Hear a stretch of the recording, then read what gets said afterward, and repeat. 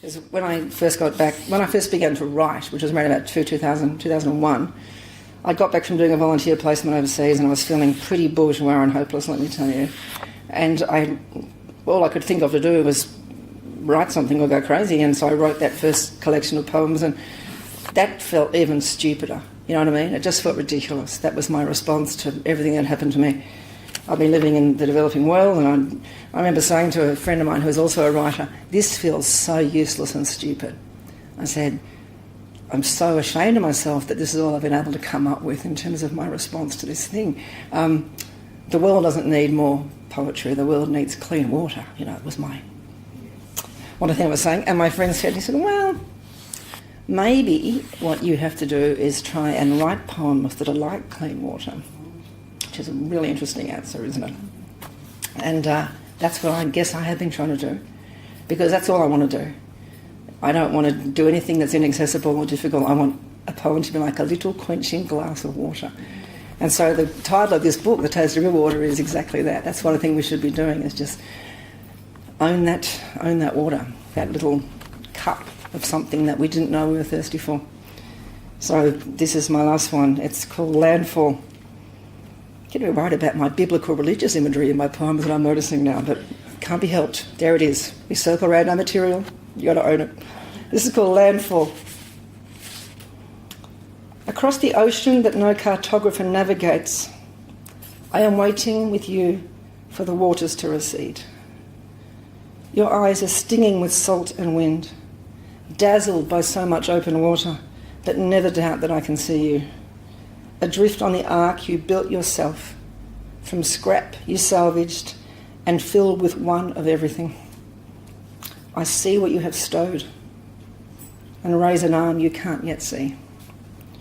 I know the world seems drowned and your map useless and your thirst a fierce ache in your throat.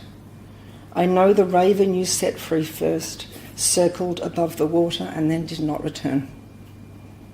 And its absence clicks and clicks, beak sharpened, against the empty chamber of all your losses.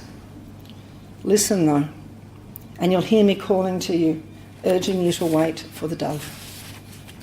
There's no lighthouse, no rescue, no safe port, just this covenant.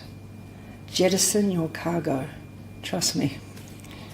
The small white bird you released, your throat tight with hope, made landfall. It's returning to you, your small and steadfast envoy, coming back to your outstretched hand. It's holding in its weary beak a twig from some new green archipelago. It's a nameless thing that only you can recognise and only you can plant. On this new shore, a tide line of old wreckage lies drying in the sun. Together let's gather it and remember how to make a fire. Learning to breathe our explanations into lit embers, and finally just warming our hands, content after the deluge just to be wordless. Thank you.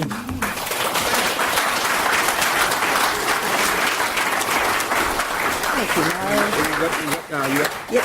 Okay, thank you very much, Cate Kennedy. I'm sure you agree that was heartbreaking, heartwarming and inspiring. Thank you very much, Cate Kennedy. Thank you, Mary.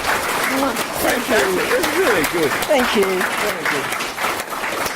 I like the way you smile through the horrible bits too. It's good. Thanks, I think. Thank you. So, thank you for all your readings today as well. I was really deeply impressed with the poems. I'm very sorry that I missed the first two readers. That's Jenny and Steve. Sorry, I wasn't able to... We were brilliant. Were you fantastic? I heard. Some people that I loved. I loved Wendy's post-apocalyptic journey, which read like a beautiful children's story, but not really a children's story, but had that quest feel to it. Love Sue Ingleton's Liver Spot poem and the Pub Cat story. That's got to be a picture book, hasn't it? Pub Cat. Love David Kelly's Staff Husband and Wife is beautiful. Maya, I loved Shortback and Spite. That was fierce. That was fantastic. Really loved John Flowers' Emily Dickinson poem, that idea of channel and charnel. It's beautiful. Ian, beautiful chaperone poem was fantastic. I was just thinking, no, oh my God, there's what really good I'm going to do. Love Shadow of Your Smile that you read, John. But I had to just think about which one am I circling around, which ones do I come back to that's kind of stuck like a burr. And so the winner today for me, for his two poems, is Noel and Tyrrell. Yeah.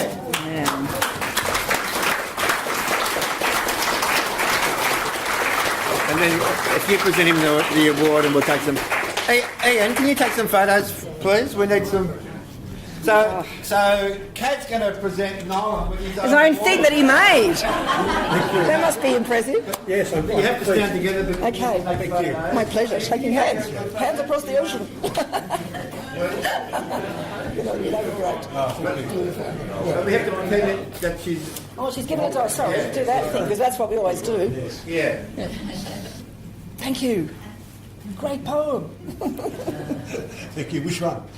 I like them both, but I must say the second one that conflated into something that was really fantastic was a great piece of work. Shit eaters. Yeah, the shit eaters. You know, what stands out? What was arresting in your mind? That one was arresting for me. Yeah, but they're both great. The Jesus in the bathroom tile was also fantastic. So thank you very much, Norman. Thanks. Yeah.